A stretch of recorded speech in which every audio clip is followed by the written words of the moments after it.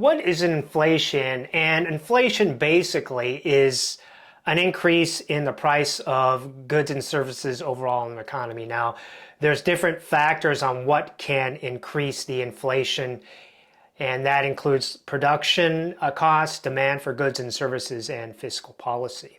So in terms of raising it from the standpoint of production costs, let me use this example, an iPhone.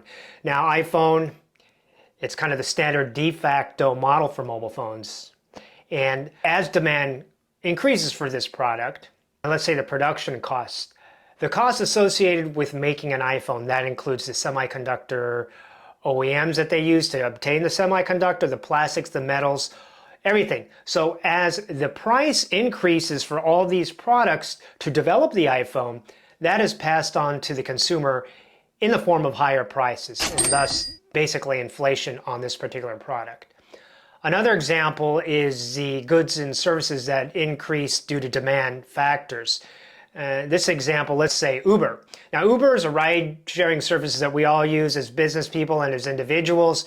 When we can't hail a cab, we're looking for things to do, or we want to go out to a movie and our car's in the shop or those types of things. So we need Uber. So we call now, as the global or demand for this ride-sharing service increases, so does the cost. So drivers are benefiting from the increased demand through higher prices.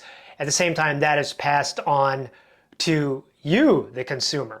And finally, fiscal policy. Fiscal policy can increase inflation. It can decrease inflation. In terms of actually increase of decreasing inflation, they might, for example, cut interest rates.